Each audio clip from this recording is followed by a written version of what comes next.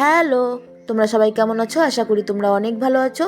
নতুন আরেকটা মিনি ব্লগে তোমাদের সবাইকে স্বাগত।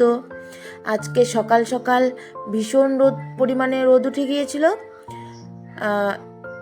প্রচণ্ড পরিমাণে গরমও ছিল, একটুও হাওয়া ছিল না। তারপর আমি একবার এই ভিডিওটা চালু করেছি। আমি এই তো বাড়ির পথে ফিরছিলাম।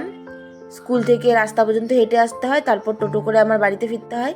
এই তো এখানে টোটো দাঁড় করিয়ে নিয়েছি। তারপর টোটোতে উঠে আমি বাড়ির পথে রওনা দিচ্ছি। বাড়িতে এসে ফ্রেশ হয়েই আমি একটু খেয়ে নিয়েছিলাম, যেহেতু সকালবেলা ভাত খেতে ইচ্ছা করে না, খেয়েও যাই না। তারপর রান্না করেছিলাম বরবটির ভর্তা আর মাছ দিয়ে, আলু দিয়ে আর বইকচু দিয়ে ঝোল করেছিলাম। তারপর রাতে একটা আইসক্রিম খেয়ে নিয়েছিলাম। আইসক্রিমটা ভীষণই টেস্টি ছিল, কুলফি ছিল।